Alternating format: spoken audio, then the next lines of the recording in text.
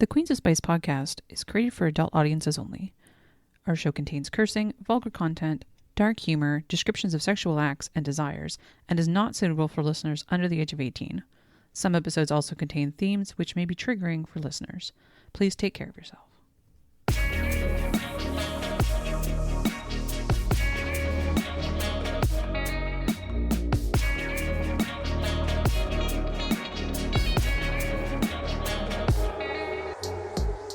Welcome to episode 3 of Queens of Spice. I'm Rachel, also known as Braggy.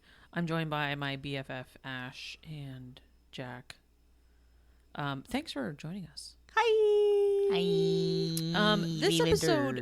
This episode's about the Dragon's Bride. It's called "If You Sexy Run, I'll Sexy Chase You." Our patron saint of Spice. So Katee Robert. I don't know if you guys knew this. Katee Robert's my favorite author. You're welcome. Thanks, Ash. Thanks for turning me on to Katee Robert. She Turning her on. Yeah, Ash. Thanks for turning me on. So Katee I Robert do what I can. Katee Robert has a ton of Spice novels, tons of them. She writes the Dark Olympic series, which I am a huge fan of. She wrote this series, which is called Deal with a Demon. There's the O'Malley series with the O'Malleys. O'Malley! The mafia romance.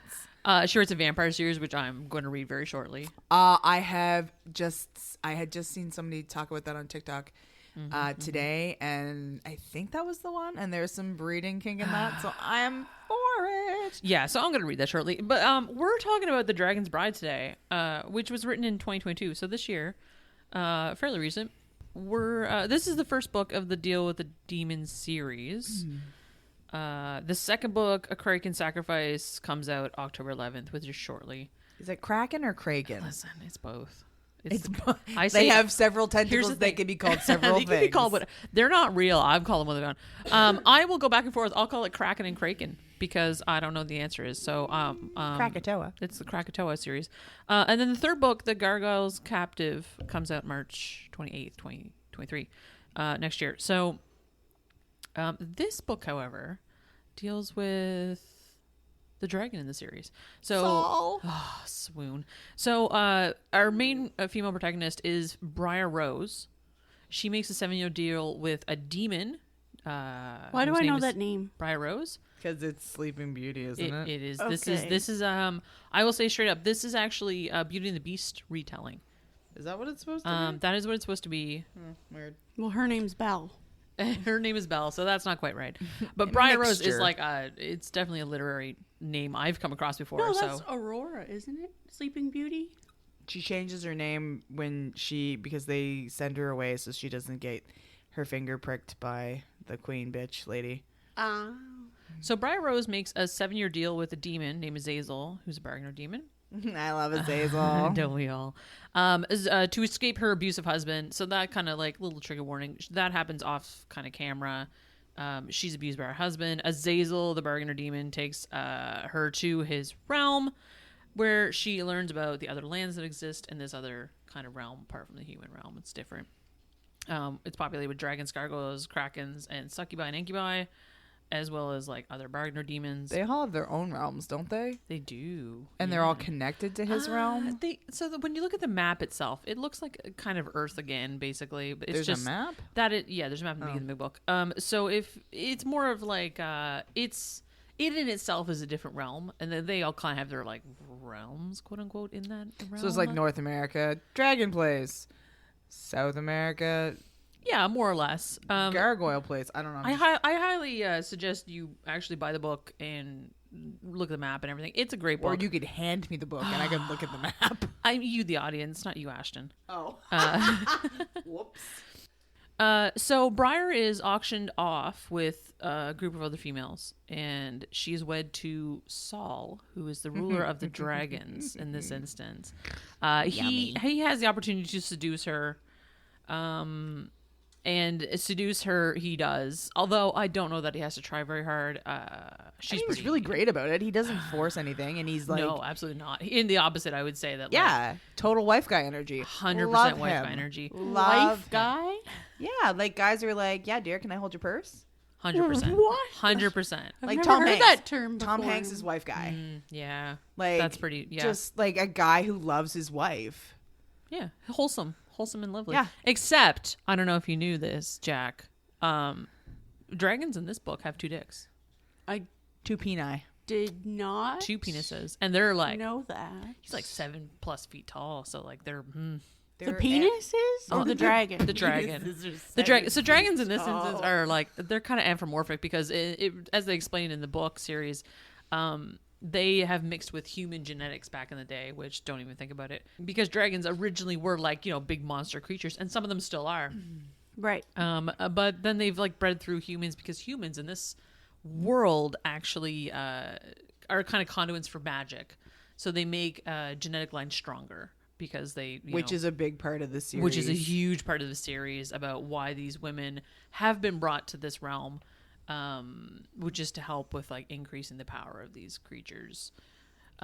So the dragons are kind of like little baby dragons now. In a way, they're anthropomorphic dragons, man dragons. Yeah, they're humanoid. I'll show you the front of this book cover real quick, and you can kind of get an idea of it. Where they're more like, they're not quite like dragons with wings and shit. All right, calm down. It looks like Splinter from they're Teenage very Mutant Ninja Turtles. How in the fuck does that look like Splinter? I don't know. Look at its rat face. I don't think Splinter you mean is a Splinter. rat. That's a dragon. Do you mean what are the Bebop No. and Rocksteady? No, I mean Splinter. I Okay, mean, fair. that looks like a rat. You're weird. He's got That's horns weird. that you can hold on to as he's Oh, fucking he has a feasting tail. on you. It's Or prehensile. rat ears. They're definitely not rat ears. No. I mean, like he's a They're not horns either. I can't remember what they call them. If this were- phalanges. I don't think they draw attention to it, do they? If this were Star Wars, they'd be Montrails. Oh yeah, fair. Yeah, no. This is actually a really confusing cover, but whatever. He never actually changed her up to anything. Well, she's chained to him. Yeah, it's metaphorical. Yeah. I mean, I love the cover personally because it's a total throwback to It's like such Harlequin romance. Oh my god, it's such like a bodice ripper kind of cover. Yeah, it's hands down. such like it's With definitely an monster fucking old school genre, and although when you look at the cover for the next book, it's just like I'm honestly getting the cover mixed up with the fan art that I sent you. So oh, fair. We'll talk about that later. Yeah. So I'm gonna Pause. go on, y'all. I'm gonna need to take the shot real quick. What are we having this week? Thanks for drawing that attention. We're shooting Pink Whitney this week. I love how you had to look at it even though you knew exactly what it I was. did. I just wanted to take it. It's pretty. It's pink. I like pink drink. Also, Rachel gifted to all of us at Christmas. I did. This was a Christmas present, and now we're drinking it. So cheers down the hatch. Oh dear God. This is gonna be a little rough. Yeah, that's the good stuff. That doesn't really taste very nice. So whew, deadly. Who thought that was a good idea? I did. So I thought it was an idea. Anyway, so Saul he has the opportunity to seduce Briar Rose. Wait, I have a question. Is the Dragon Man always a Dragon Man, or does he? No, he's not a No. shifter. He is a dragon man all the time. He is a dragon. He doesn't change And he's his a man. form. He doesn't He's a change dragon man. anything about it. The only thing that happens is that he can hide his penises. Hide them. Hide them. Like inside women? Or... He's not the Burninator. Calm down. Well, he does. He does in fact hide them inside of women, but no, he's like scales like retract. Like Hide it the goes back up sausage? into himself. Yeah, it's like hide the sausage. So he's a grower, not a shower? He's 100% a grower, not a shower. Oh, yeah, does yeah. he grow? And growing does he do. So he and Briar Rose have their little romance. There's a lot of stuff that kind of happens and goes on, as you can imagine. And then, of course, No, I he. Jacqueline's like, no, I really don't know what You're they're gonna going read to do. all Are about they it. playing Uno? Do they play Uno? Scrabble, They perhaps? throw that reverse card out there, girl. So They get married in a waterfall. that's like right off the bat. I know, it's so Because cute. it's such a thing where he's like, no, you've got to be wed to me in order for this to happen. But she's like, I don't want to get married again because she was in an abusive relationship, and she's like, fuck marriage. And he's like, you kind of have to be married to me, and in order for any of those to work. And she's like, cool, but no kids. And he's like, yeah, no problem, no kids. Up to and including, he gives her the Bargainer demons provide him with a birth control pendant, which he gives to her. And basically, she like drops her blood on it. She has to do that like once a month after she's done her cycle. And it protects her all month long from not being able to procreate, which comes up later in the book. I of think course, I would like that. I'm all about it. I mean, it's kind of like an external IUD. Yeah, it's non-hormonal, so I'm like, fucking yeah, let's do that. But she's like, oh, like when she does it, she's like, I feel like a tingling in my lower Uterus? Regions, and then that's In it. my lower regions. In my nether regions, and then that's it. Her And then uterus. she can't like have kids for a month, which is rad. I'm like, let's do this. I'll bleed on something. That's fine. I'll bleed on all things. I'll bleed all over the place. I don't give a shit. I'll give you a blood sample. Jesus. So yeah, and then they just indiscriminately fuck for a long time. He goes through this thing called a breeding frenzy. Oh. In which he sends all the other dragons, aside from his cousin, away. That's right. So like he doesn't murder them. Yeah, and to that point, they have what's his face, Romani, who shows up. Oh my who's god! one of Azazel's. Azazel's the bargainer demon. So he has he's like one no of, face. Yeah, he has no eyes. He doesn't see. Oh, He doesn't have a face. he moves clearly around. sees. He moves around. He does. He does see, but he doesn't like have eyeballs. Is he or a he anything. or is he a they? I'm Oh, pretty sure. sorry. Yeah, I'm pretty good sure point. they're they. Excellent point. Yeah, it's a they. So It's a they. they're a they. they. I will say this about Katee Robert. One of my favorite things about Katie's writing style is that she so seamlessly integrates characters into it who are non-binary or who are. There's not a big preamble to it. There like, is never a preamble. and what are your pronouns? That gets really obnoxious where it just takes you out of the scene where they're like, Yeah. and this is Right, Franklin. just to like prove that Yeah. they're woke or whatever. Yeah. Yeah, instead So of it just being and like- Katie's just like seamlessly calls they and them they, and all of the characters do as well, and it's such kind of refreshing. you learn the characters gender through the other characters interacting with that character. So it's not a big like, it's a thing. It's just straightforward. And my big thing is that no one explains themselves, and nobody has to. Exactly, because And that's it's what it just should seamless. be. Yeah, and absolutely, and I totally agree with that. And I'm very thankful for Katee for writing in that style, and it's very modern and refreshing. And I love Katie's writing; she's great. I feel like if you're writing about a dragon man, like you're probably okay writing about That's what I'm saying. I feel like gender fluid and trans and all that. Yeah, sort of. like if you're The you're last already, thing you're worried about is someone's Right. genitals. Correct. Or, I mean, I guess the genitals are kind of important, but like what that person identifies as, because Saul clearly identifies as a dragon. Can I identify as a dragon? No, Can I? Why not? I mean, I think you can. I mean, you got green hair, but like I do. I could be dragon.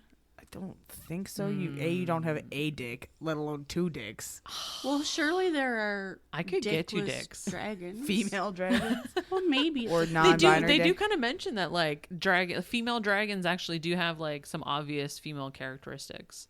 So they're Like not just like boobs? yeah, like they do. Yeah, They do have like Aldous. boobs. Yeah. Like what? Aldous is Alice Saul's is his cousin, so she's the only one who's allowed to be on the premises, basically. Well, sorry, she's the only one that like interacts with them on the premise, because his mating frenzy is so intense that like he can't handle anyone being around his mate, which is Briar in this instance.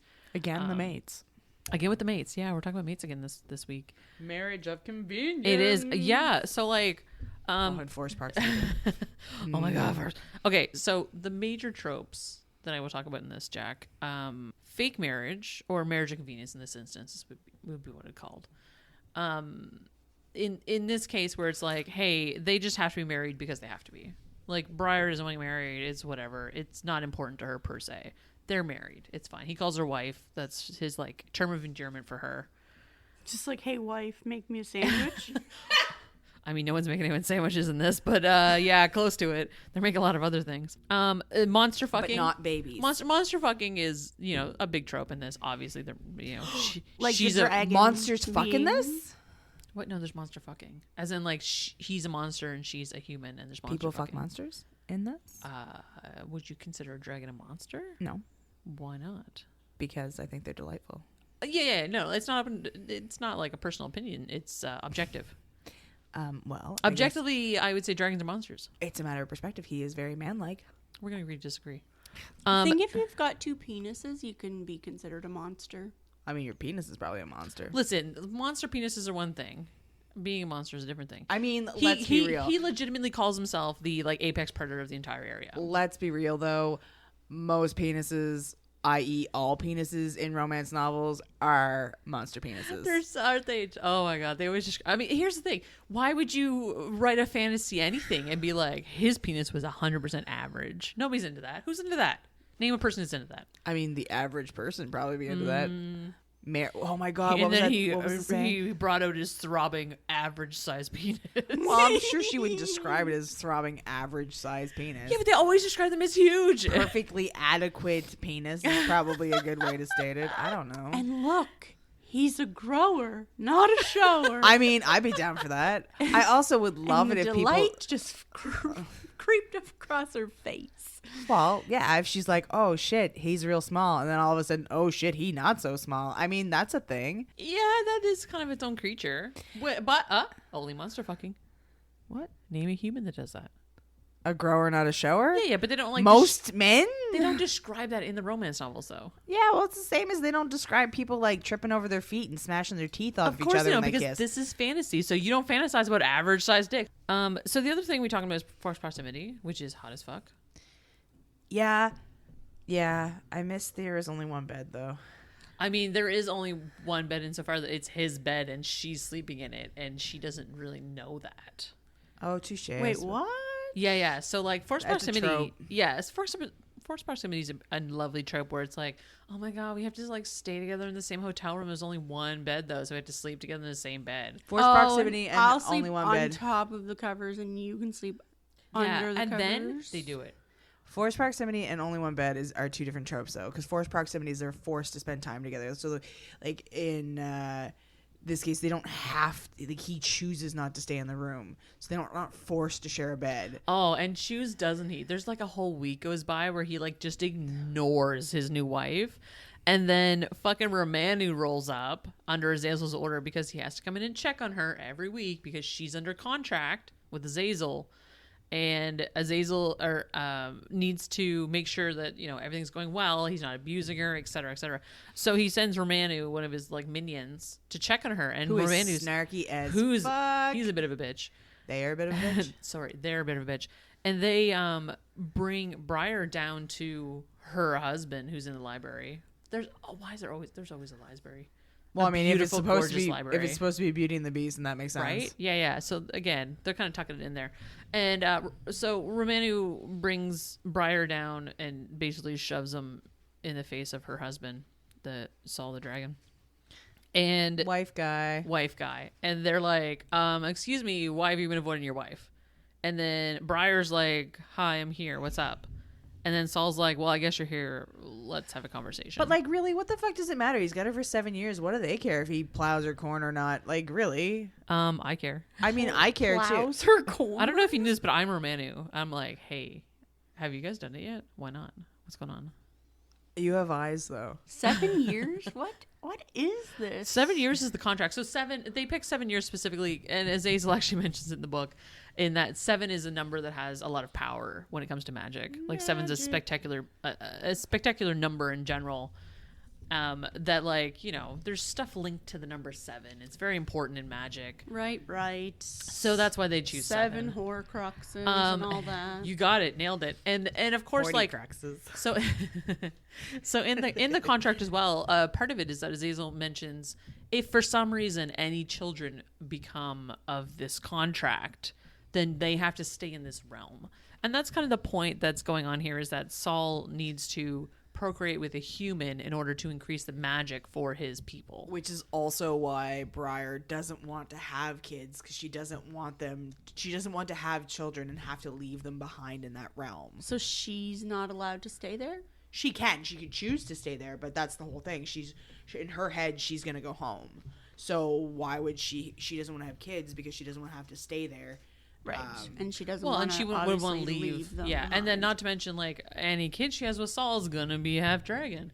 So you can't exactly take that back to the human realm. It's not really a possibility. And not to mention, in her contract with Azazel, he specifically says you can't take this kid out of this realm. And who is Azazel again? Azazel's a bargainer demon. So Azazel has... Azazel. Okay. Azazel's a bargainer demon. And the bargainer demons have a unique kind of situation in these realms where... they can cross into the human realm, but most of the other realms, like the dragons and the gargoyles and stuff, can no longer cross into the human realm. Krakens. And the krakens. Whew. And the succubus. Soon. So they don't have the unique ability to do that. And so the like Azazel, who's the head of the Bargainer demons, brings in humans to kind of like, number one, like kind of provide sexual favors to some of the other groups. Because like he basically runs a hostel. brothel. Yeah, a brothel. A hostel. No. A brothel. Yeah. So backpackers, come here. We have a salve for all of your demon fucking needs, dragon fucking needs. Yeah, so Saul does sample humans on occasion. I think he mentions he did it like once or twice. Yeah, thereabouts. So yeah, he's like, because he knows about the salve that Briar is going to need for her to accept his afterwards. Giant. It's afterwards. Penises. It's the like. It's giant penises.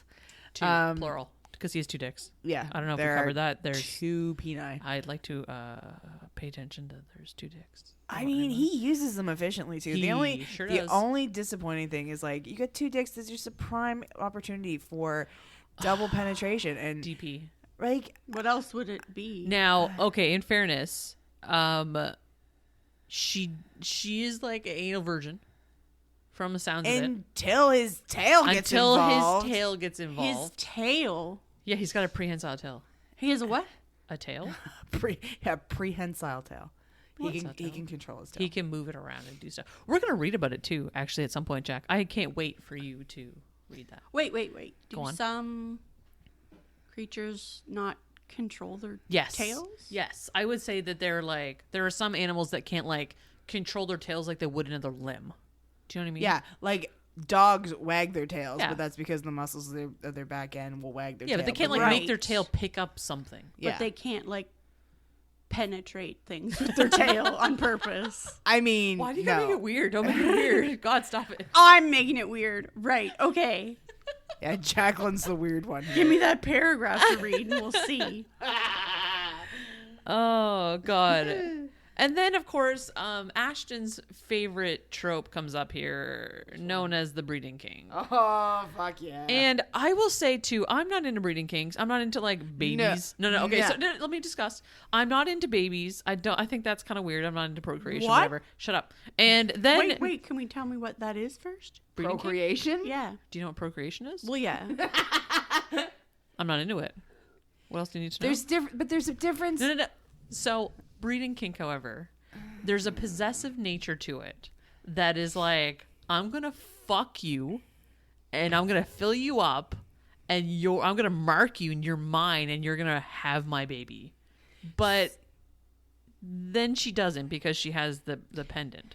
But breeding kink and pregnancy are 2 completely separate tropes, and there is a large group of people out there who are super into breeding kink and not into pregnancy, which I would argue you would fall into that category. I would suspect I would, because I just like pregnancy doesn't interest me whatsoever. However, when people are like, I'm gonna take you every single way I can, and the whole like you're gonna scooping cum and shoving it back in them, you're like, come on, that's just perfect. Yeah, come on, all right. But like with the lack. But like, who wants babies? That's weird. Don't make it weird. I'm just into putting a baby in you, but when the baby's actually there, that's fucked, man. Yeah, fuck that shit. That's weird. No, but there is that's the thing. Like breeding trope and pregnancy trope or accidental pregnancy are like completely different tropes altogether. So, I personally love breeding kink. And I'm also a big fan of accidental pregnancy. But it doesn't always work in that sometimes the relationship doesn't feel right or the timing doesn't feel right. And you're just like, why are they having a baby? And just like real life. Yeah, exactly. How like life. And then there's other times I just read, I'm like, just put a fucking baby in her already and let's like move on with this because this is torture. But it's the alpha thing, like and I think that's what gets me is that like it's such a domineering, controlling kind of creature. Yeah. In breeding kink, where it just takes over. Yeah. And I'm like, hell yeah, that's rad. But don't have babies, that's weird. Well, don't have babies, that's weird. So basically you're like, yeah, practice having babies. Yeah. There's some listen, I just there's work no here. rationale behind it. I mean, and there's nothing wrong with it. There's nothing wrong with I'm being here like, for a good time, not a long time, okay? well, having a baby would be a long time. And that's a long time. That is a long time. But why, like, how is a breeding kink or whatever different than like an alpha male just like dominating? The two can go hand in hand, but they don't always. Yeah. I mean, that's basically it. You can the alpha male bullshit comes with a lot of other baggage and stuff with it, as opposed to a breeding kink, which is like could really happen anywhere. It doesn't necessarily have to go hand in hand with it. I mean, you could have like Saul, like wife guy energy, and he's like not. I mean, he is dominant for sure, but the guy who's just like, I just want to love you and be with you always. And well, and he's also stuck in the middle of a mating frenzy. So like, Saul as a dragon stuck in the middle of a mating frenzy is like not thinking coherently, and so there's a lot of stuff which comes back to my favorite tag on any book that's ever been written, which is "I'll sexy run if you sexy chase me." If you sexy run, I'll sexy chase you. I'll sexy chase you. Which is from our Patron Sins by Katee Robert. He goes like almost blinded with this like need to breed. I can't wait until you read ABO. I cannot wait. We'll talk about ABO on a different podcast. I can't wait until you get into the Omega because it's a whole different creature. Yeah, but it's this like. Are you guys gonna tell me now or no? No. So he goes into the mating frenzy. He's like jealousy through the roof. He like almost kills Romana at one point because he like has to give Briar a tattoo so that she can read in the language, and it's like, oh yeah, he's like tattooing her with his blood, and he's antagonizing this shit out of Saul the whole time, and it's hot as fuck. They and he's are like losing his mind. I'm so sorry, I keep forgetting that I don't know why I assume Romana is a man. Anyway, I don't know why we assume anybody's a man at the end of the day. What is a demon even? Who knows? What is a penis? I mean, I think we know that one. What a penis is? Yeah. I would hope so. Saul certainly does. I noticed one of my notes was Azazel is actually like a really nice dude. And I can't wait to read his book. Oh yeah, Azazel and his obsession with Eve or Evie. Oh, Eve. Yeah.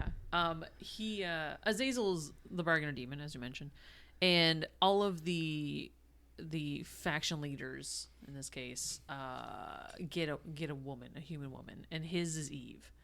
And they kind of touch on it briefly because Briar ends up back at Azazel's.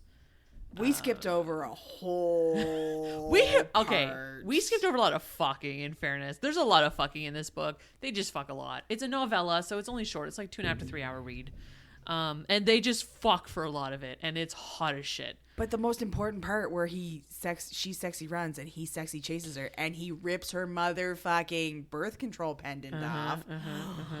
And then he fucks her. So that's very like peak breeding kink. Yes. Breeding kink is essentially like unprotected sex. Any kind of like unprotected sex or chance of pregnancy. Sorry, I'm not talking close. Well, and not to mention like when he's doing all this stuff, like he's in the throes of his mating frenzy and he's not thinking straight, and Saul just like he's like, I'm gonna fucking fill you up and give you a fucking put a baby. I'm gonna put a baby in you. I'm gonna put a baby in you, and that's like a lot of driving force behind it because the mating frenzy in general, like generally that's what they do is after they're done, like they've married and they're mated, they want to procreate. That's like the whole creature behind it. But in this case, Briar like has a lot of like trauma from being married to an abuser, and she's just like, no babies, no thank you. That is not a thing I'm gonna do ever, not in a million years.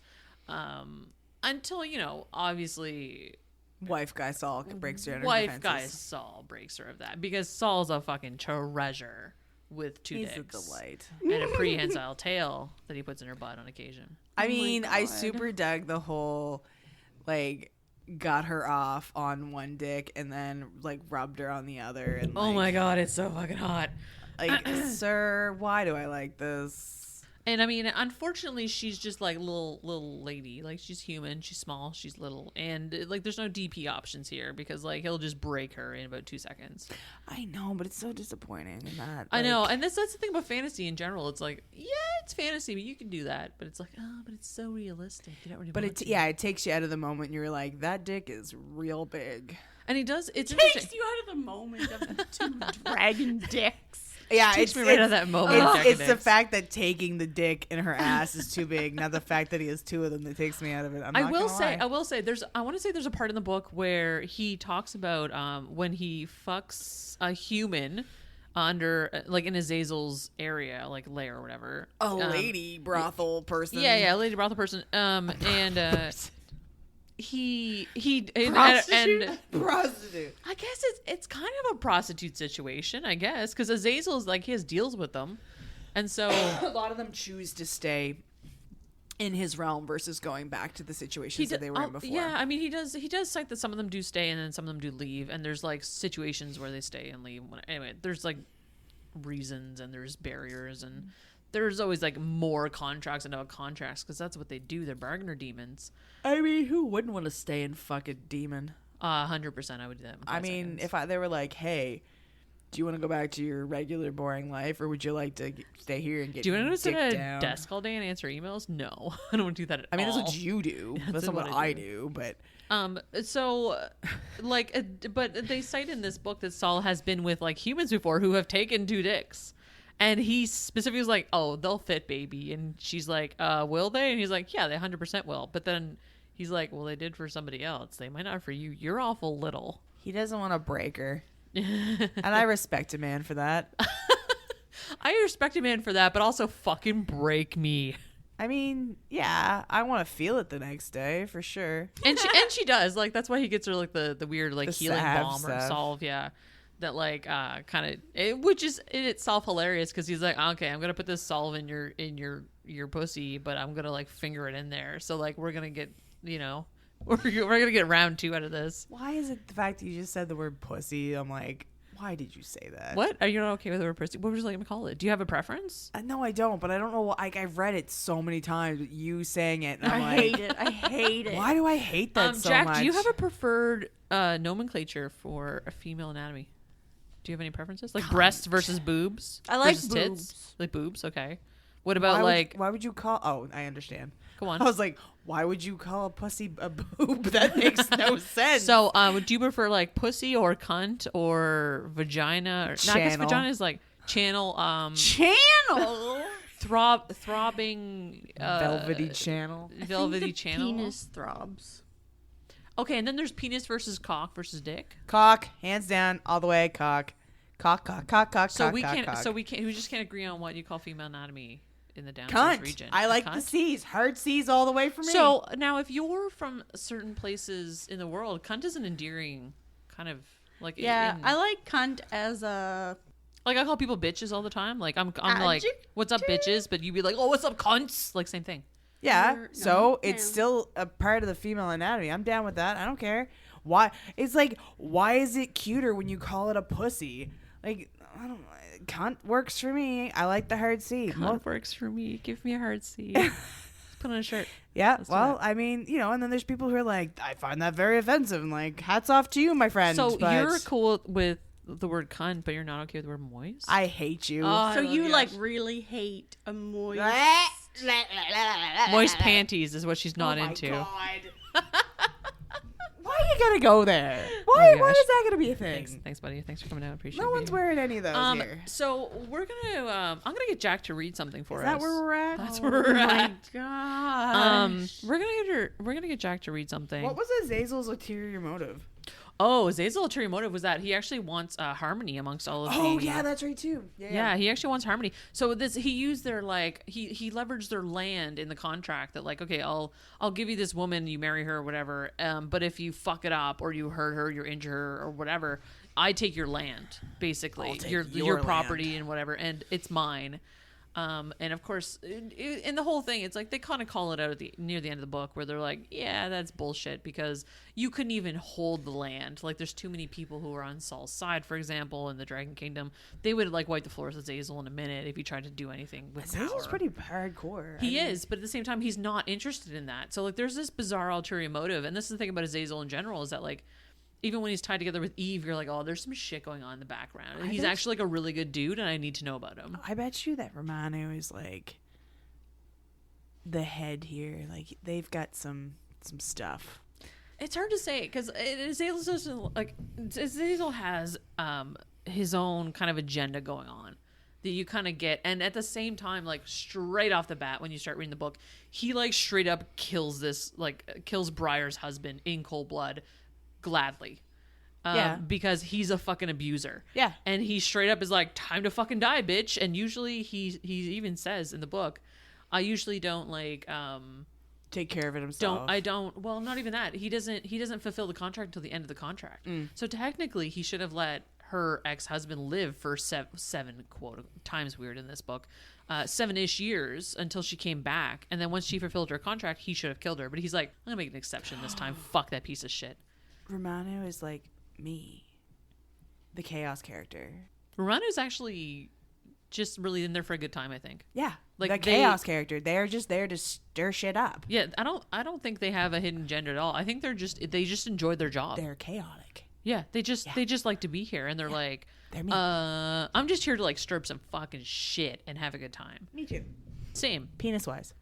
So Jack, I'm gonna get you to read here. It's gonna start at I black out for a second. Great. It's always good when they black out first. Consent is important. Always ask for consent. It's like tea. We're going to start there, and I think we're going to go to the end of the chapter. This has one of my favorite lines in it. It also has one of my... we talk about this a lot, where use the word mine in italics, which this is the first time it's come by on this podcast, but it happens a lot. And it's really one of my favorite things where, you know, the dude is just like so fucking possessive, and I love how she's like, how long am I reading here? And it's always in italics for some reason because they're thinking it and they're like obsessing over it. It's because of the tone of their voice when they say it. Fine. I don't think they say it like that. That's just like, do it for me then. Go on, you try it. No, do it, Ashton. I want you to do it. Ash, I want you to snort into your mic instead. Could you do that for me? Hey. No, leave me alone. Don't call me baby girl. Don't you baby girl me. I said good girl. I didn't say baby girl. Jack, you want to go ahead and read that for us? Please send help. Do you think that maybe we should like check with the listeners and just sort of see if they like this whole Jacqueline reading? Jack, I didn't ask for your opinion. All right. Thank you. Consent is important unless it's Jacqueline's consent in reading porn. Jack, I'm going to go... the fucking tea, bitch. I'm going to go full alpha female and say, read it for me, good girl. Oh my God. How do we live with this? I don't know. I black out for a second. One moment I'm staring down in her with shock and rage. The next, I have her on her stomach and I'm shoving my cock into her pussy. Too rough. Too fucking rough. But I can't stop.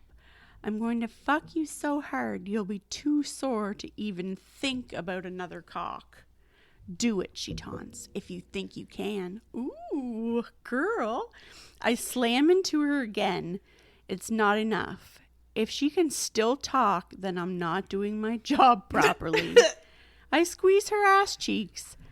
Oh my God. Parting them and staring down at her tight little hole. She can't take one of my cocks there. Not when I'm barely in control and unable to prime her correctly. But there are other options. You will be full up with me. I use my tail to grab the small bottle of oil from the dresser next to the bed. She's so small, it won't require much. Just enough to ease the way. She squirms when I dribble oil between her cheeks. I press the tip of my tail into her. She spasms around my cock, but I hold her steady. Take it, bride.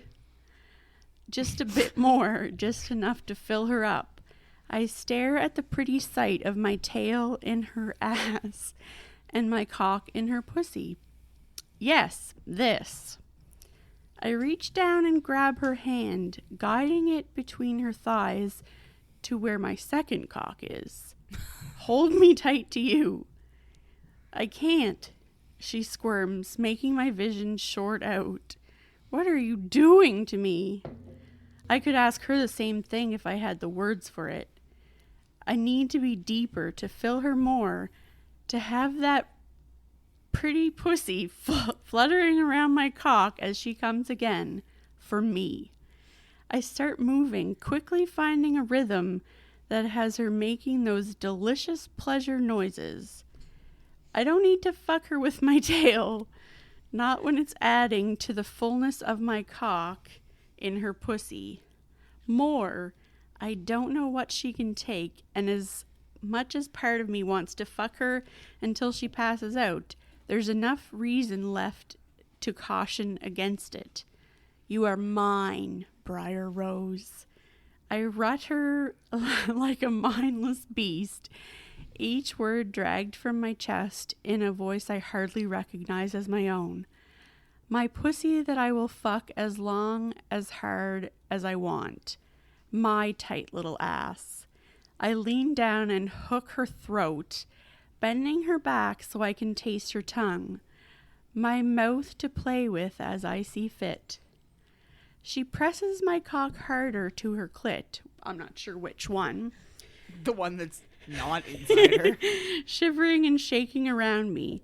She can't speak with my tongue in her mouth, but she doesn't have to. I can feel the resistance in her. I don't know if it's play or not. I'm not certain I care. I shove deep enough to make her squeak. I have to break the kiss to keep speaking. If you touch another, I'll rip their throats out, and then I'll fuck you in the pool of their blood. Do you understand me? Well, that's hot. Yes, she sobs. This time, when she comes, I manage to hold out, to slow down enough not to follow her to the very end. I don't let up, though. The tide of rage is receding, will be gone with the next orgasm, but part of me wants to cling to it a little longer. Right now, she's not drawing lines in the sand between us. She's limp and pliable and oh so wet with the combination of us. My orgasm is coming on too intensely to deny. I pull out of her at the last moment and come across her ass in great spurts. Almost, I shove my second cock into her, and only then do I start fucking her ass with my tail, working my seed into her there as well. I hate when they call it seed. My second orgasm bottoms out inside her and takes the last of my strength. I slump to the side and haul her with me to sprawl across my chest. We're both sticky with bodily fluids, which I find strangely soothing. Mine. I don't realize I've spoken aloud until she says, "Yes, you've made that abundantly clear." Abundantly. I tense, expecting a well-deserved snarl or two. Now that the mating frenzy is easing, it's clear I went too far. Again. But Briar nuzzles my chest and wiggles until I wrap my arms around her. She lets out a soft sigh. I'm going to need more of that balm. I'm sorry.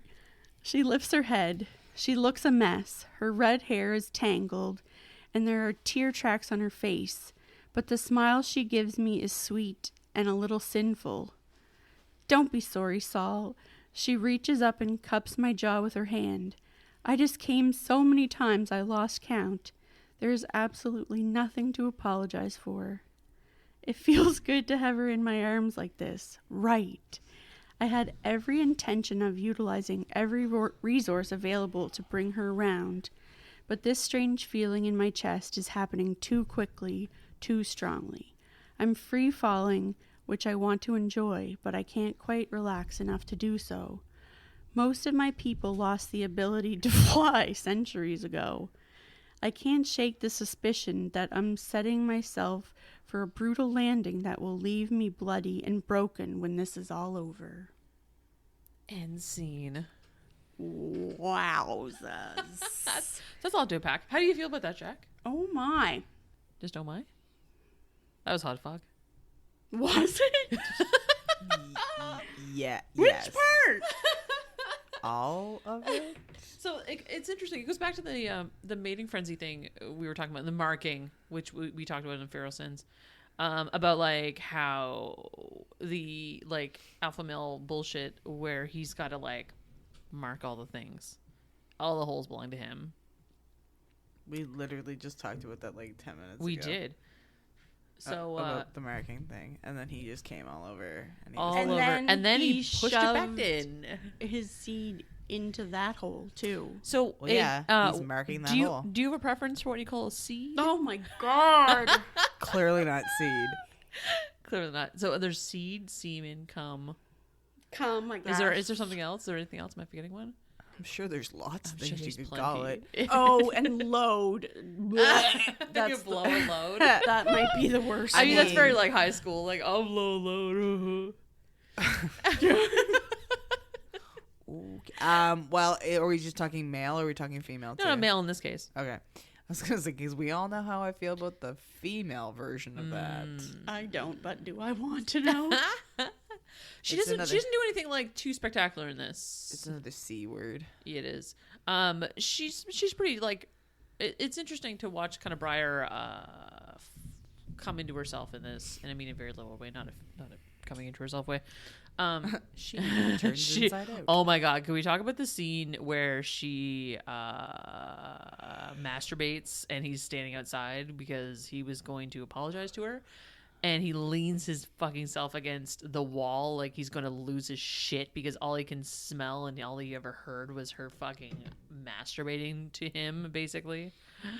Swoon. That was like their first kind of sexual encounter in the book. Where Dude's a dragon, though. Yeah, we gathered that. See, the thing of it is, Do you know he has two penises? Yeah. But the thing, it's funny because people give like monster fucking and monster romance novels like kind of a shitty rap because it's monster fucking. But like, if you really kind of get into it, the heart of it, monster romance are really, really soft. Like, he just loves her and he just wants to be loved, and that's the whole thing. And it's not like dirty and creepy and weird. The only thing dirty and creepy and weird, and it's not even that, is that he's a dragon. And really, like, And they don't even like the alpha male bullshit that happens in this is like the mating frenzy stuff, really. And to that point, it's like he only has so much control over himself in those instances. It's kind to of like say a that it's, like- biological thing. yeah, and he kind of like not blacks out, but he definitely like gets taken over. oh man, I have read by the mating frenzy. human romances where they are so much worse than that, and like almost to the point of being like mildly toxic, which is also really hot.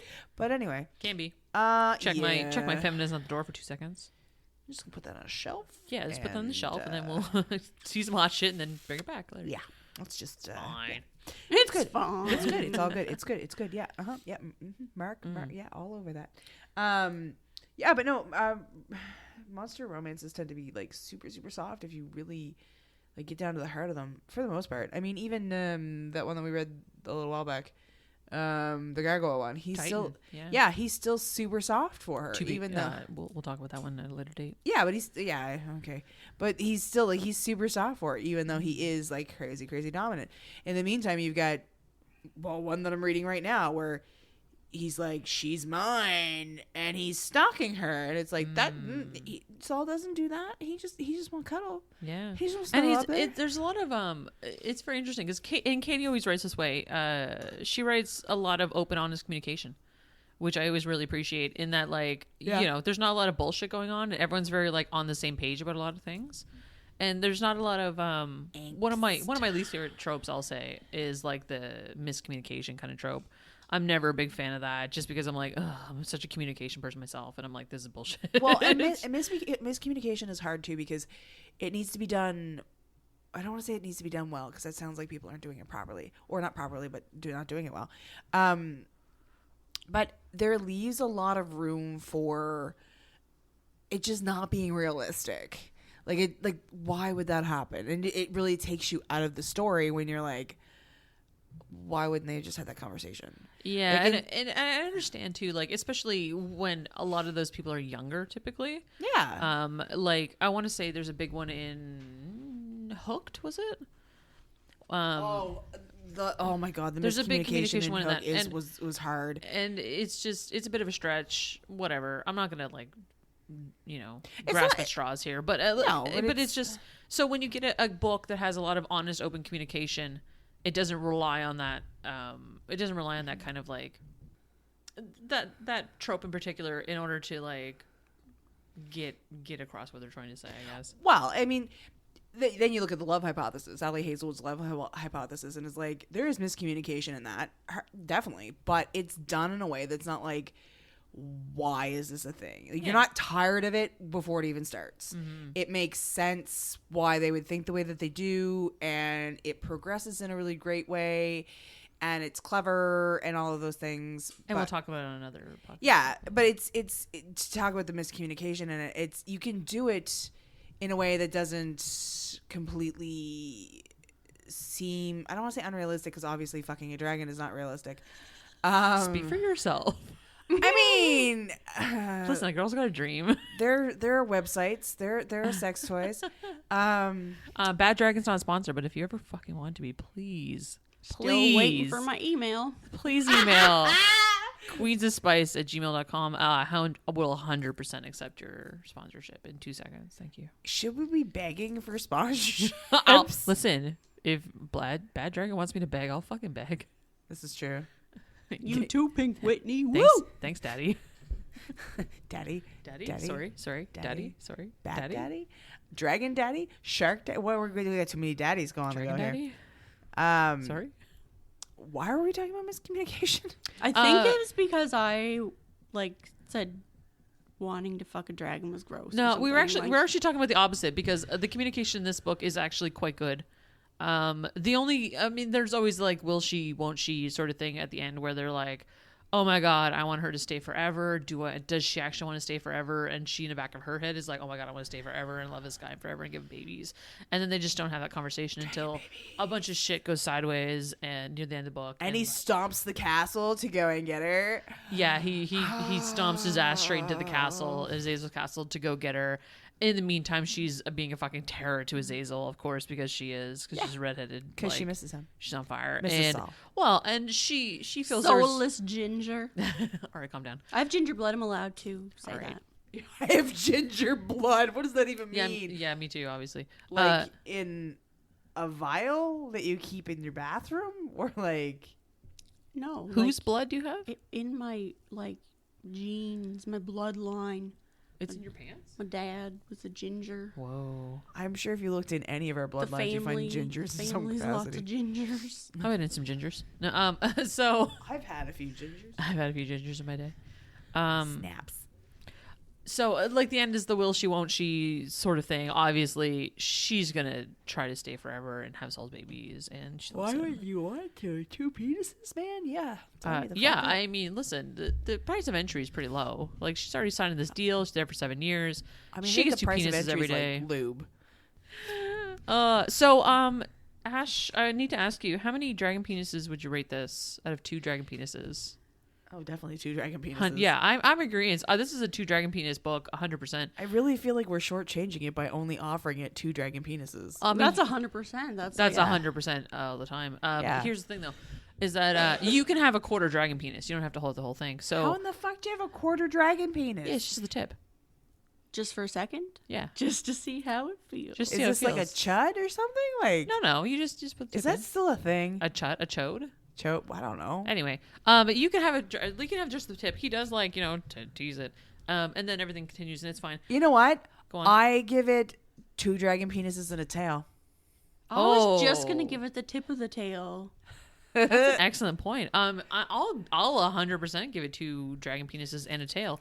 Absolutely, any day of the week. That's like a bonus point. It is a bonus point. I love this book. Read it. It gave me a lot of tropes that I love. Like yeah, it has all things. It's condensed. It's so short. It's such an easy read. You read in the evening if you're us because we don't have lives. It made me pretty uncomfortable. Yeah, I mean, Jack is... the added bonus of making Jacqueline insanely That uncomfortable. seems like one of the goals. Yeah, Jack's for super these uncomfortable with books. this, so I highly suggest you read it. Also, Katee Robert, I love you, and if you ever want to be on our podcast, 100% make that happen. Stop trying to solicit people. Katee Robert, our patron saint of Spice, thank you for writing The Dragon's Bride. It's one of my favorite books.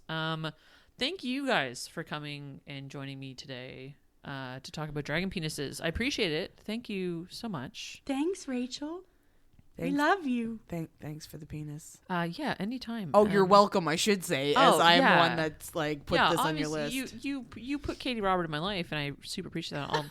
I'll never... I bring joy to everybody in the form of pornography. Do you think they sell that dragon bomb somewhere? Oh man, it's magic, unfortunately. So if you find this isn't the same stuff that I use, so So if you find a demon out there who sells bombs to help your lady bits lady from being areas being swollen after taking 2 dragon pieces, please let us know.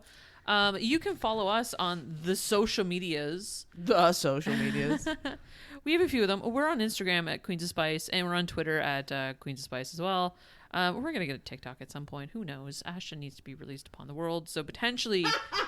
But thanks for joining us. We'll see you next time on Queens of Spice. Bye, guys. Bye. Bye. Thanks for listening to the Queens of Spice podcast. You'll find us on Instagram and Twitter at Queens of Spice. Or if you want to send us an email, you can reach us at queensofspice@gmail.com.